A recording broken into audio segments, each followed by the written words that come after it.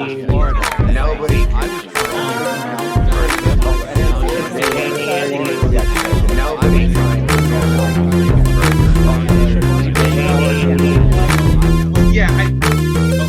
Hey everyone, welcome to TRS. We are live.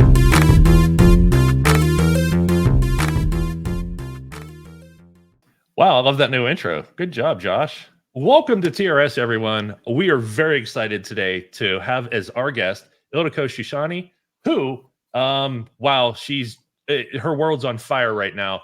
But for a little bit of background, she graduated with a distinction with a Bachelor of Theater Arts degree from the University of Southern Queensland. She trained in Atlantic Acting School in New York City, and she even trained with Second City in Chicago.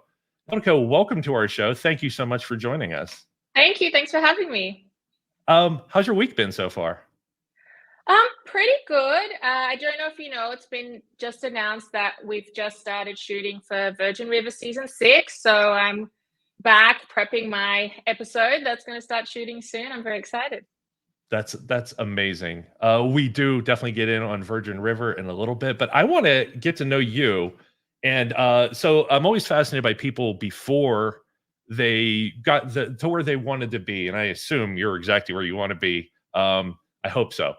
I'm exactly where I want to be right now. And then there's, the next step. Is always growing. Totally. And you're definitely going to do it. You were born in Australia, and obviously because the ecology thing. You moved around a lot, I believe, in your bio, even in Australia. Was it hard for you to maintain friends, or was the moving something that like helped link you into certain people? Would you say, how did that impact you?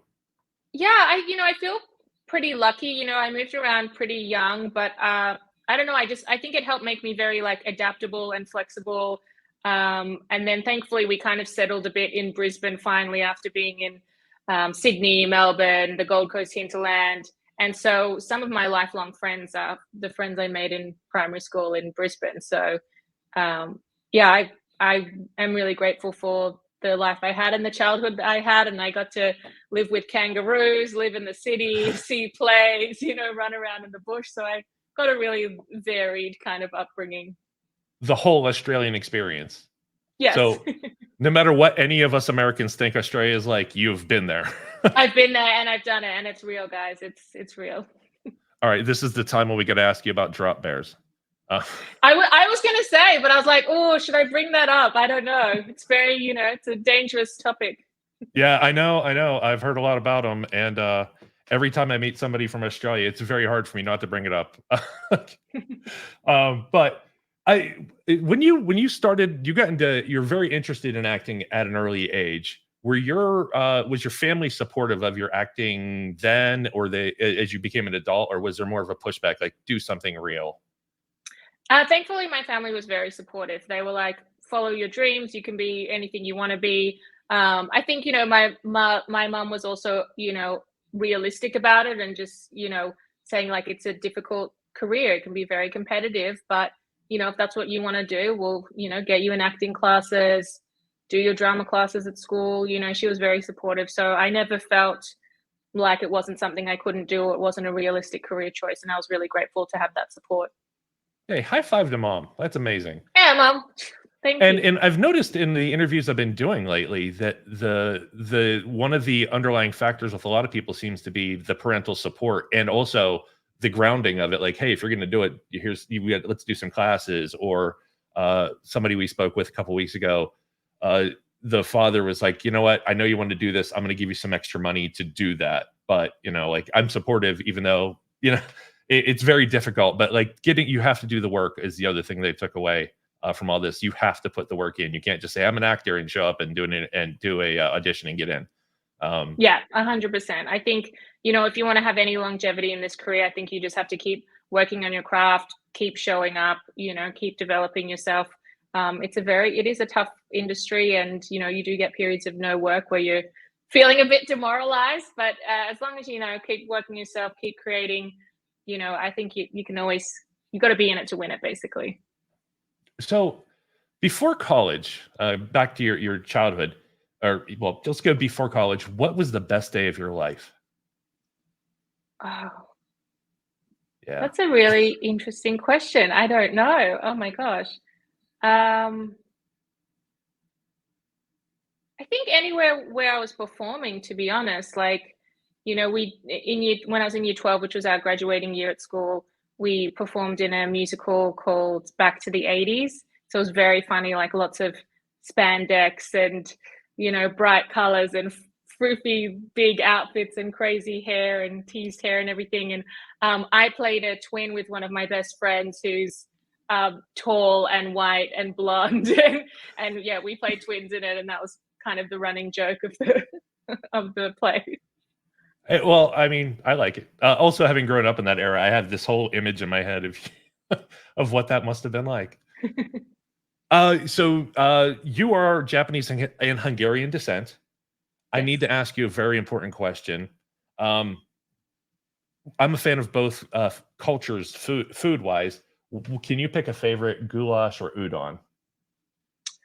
Oh man, that's tough too. You know what? I would say goulash, but if you said goulash or ramen, I would probably have to go with ramen. I went with the national dishes of each country. Mm. So when it comes to Hungarian food, I'm Hungarian. I will always pick. Oh wow. Well, not Hungarian. Hungarian. That's a major chunk of my heritage. I'm a European mutt. Amazing. I would always pick the what's Halushki. Josh doesn't like cabbage, so he jumped out of that conversation earlier. So that's fair. Have you had langosh? Yes, I have. I believe. Love yes. langosh. Yeah. I like both foods for very different reasons. I also love Korean food because I think it's one of the comfort poor people foods. I don't mean that all Koreans are poor. It's just that it's made with whatever's available, whatever we could preserve, and whatever will last longest, and that sort of thing. I just like that, and that's what I like about Hungarian food. It was what we have available and what we could do to make it delicious. So yeah, for sure. And I don't know why we got into the subject. I was just curious because I love both, and I'm like, well, I'm going to ask you. It's had to be I love both as well, and I love Korean food. I've been to South Korea, and yeah, the food's amazing. Bibimbap, someday. mandu ramen, Bibimbap kimchi? is. I make my own actually as well. Amazing. I love it that much. I make my own sushi. I make my own. I love cooking. In fact, I believe at some point that we might even start doing a cooking channel as well. Just with ideas, stuff we want, nothing too seriously or too concerned, but just like when we have ideas to throw it out there. We have access to a kitchen. So you're very lucky. Yeah, we've been very fortunate. We're fortunate to have you on here, for instance. And I mean that because I appreciate you taking time out of your day to come here and talk to us and to just give us your insights and share with us. So thank you. When you started acting, you did a lot of stage acting, correct? Yes. Is it still on the list of things you love doing?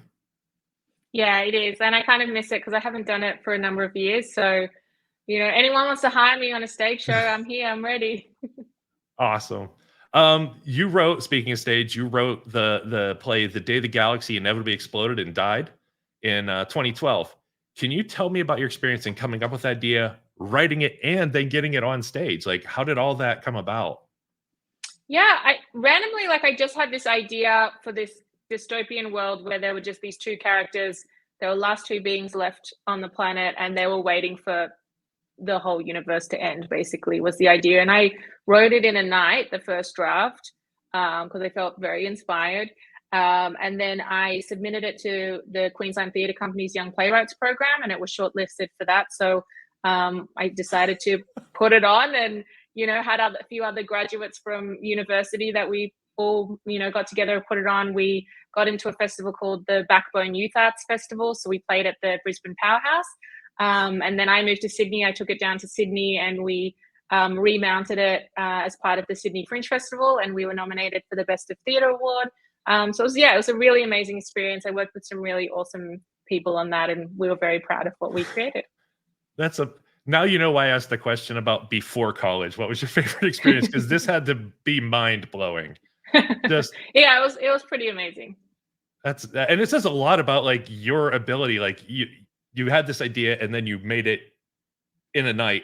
I'm sure there was lots of rewrites and stuff that you had to expand, of course, and customize, but you made it happen from an idea, and that's inspiring that, you know, you could do that, not anybody can do it, but people can do it. If you put your work and your mind into doing something, give it a try. Don't shoot yourself in the foot and just say, it'll never happen.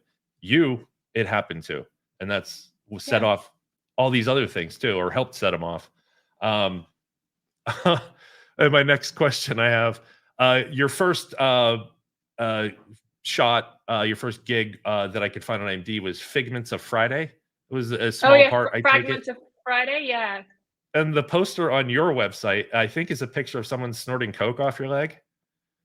Yeah, no, that was I was in Deadly Class, which is a sci-fi series. Oh, is that a different? Sorry, I have them backwards. I apologize, but can I ask you a question about that? How do you prepare for that? For someone snorting coke off my leg? Yeah. Well, the funny part of that was actually that wasn't scripted. That was my idea. So they wanted something to open the scene with, because I think we in the episode, one of the characters like goes off to the bathroom and the other is like drinking at the club, and we're supposed to be waiting for them. And I was like, oh, you know, what if you snort some coke off my leg while we wait for the guy to come back? And they're like, yeah, we love it. Let's roll. This is already my favorite interview. I just want to chime in. This is Zaz. All right, guys, I'll be back in the background. Bye. Well, there you go. I know there was a question in there for you, Zaz. You're welcome. But on Figments of Friday, that was your first, I guess, acting experience in front of on screen. What was that like? Just walking in the door, you get the gig. What's that like? Yeah, it was great. It was so basically I had done a couple of short films and student films before, but this was kind of a bit bigger project, and it was created and directed by Casey Anning, who I kind of knew through the sort of Sydney scene, Right. and I knew some of the actors on it. So she was like, she'd seen me in a couple of things and was like, "Hey, do you want this part? I think you'd be amazing for it." And I was like, "Yeah, love it. This is hilarious. Let's do it." So yeah, it was great. It's like you're moving very fast because it was kind of a web series. And so, you know, and I wasn't a lead, so I was coming onto the show for the episode, playing one of the lead's cousins. So yeah, you're just kind of joining in, seeing how the world is already built around you, everything that everyone else has already created, and you're just trying to slot in and, you know, make it all work. Any classic first day mistakes, like not wearing what the costume designer gave you? Or... I think there were two. I got given two costumes, and one was too small, and I put it on, and I was like, "What do you guys think?" And they're like, "Let's just try the other one. That's just a bit small." So I was like, "Yeah, I think so too." And I think from memory, like I think one of the characters like did a spit take on me, so you know I did have to deal with a lot. They hazed you. That's what happened. Yeah, that's right. Yeah, spit on her. It's for the gig. It's for the thing. For the show, yeah. It's been better for you doing other jobs like Lost in Space or Zoe's Extraordinary Playlist, which, by the way, I was a fan of early on, and I, for some reason, I guess 2020 or whatever it was, I kind of it was 2021, I think the show started, but for whatever reason, I saw the first episode and I was blown away by what they were able to do. You being part of that, were you a fan before you got on the show, or? Yeah, I actually worked in production on that show as well. Okay. So I've been there. I was there since the pilot. I worked on the show, and yeah, then eventually the showrunner was like, you know, we want to give you a gig. We're writing a character named Ildiko for you, and yeah, I mean, you know, so yeah, it was amazing. Like they knew I was an actor. They were very supportive of that. Oh, there's John Hall. He worked on the show as well. I agree, John. I think the thing that really said it was a beautiful show. The cinematography, It was colorful, it was bright, sharp lines. Yeah. Something about it was just so great. And then the characters, I miss the old days of character actors like Barney Miller. Like they hired people instead of somebody that looks exactly like somebody who should be on screen. And I love that about the show as well. And it always stood apart for that. Like these could be people that are in your office or in your workplace or at the bar.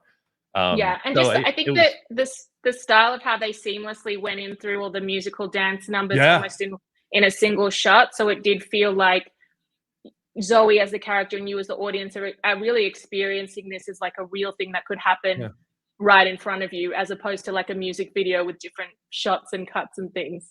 I can't imagine what that pitch meeting was like. no, we're gonna sing in the middle of the like what? Like, remember Cop Rock? That didn't work. Like, no, it's not that. Like, it's mental illness. Like, what? They didn't say that in the show, I guess, but still, she thought it for a long time.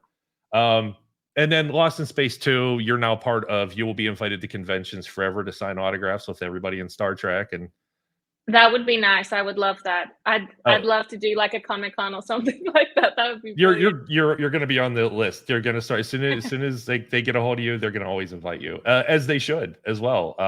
There have been people who have won episodes that are like they have the biggest booths sometimes. So Amazing.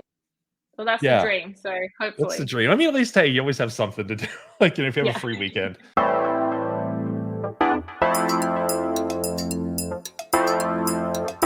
Have a great one. Thank you, everybody. Have a wonderful night. Be safe out there. Treat each other well.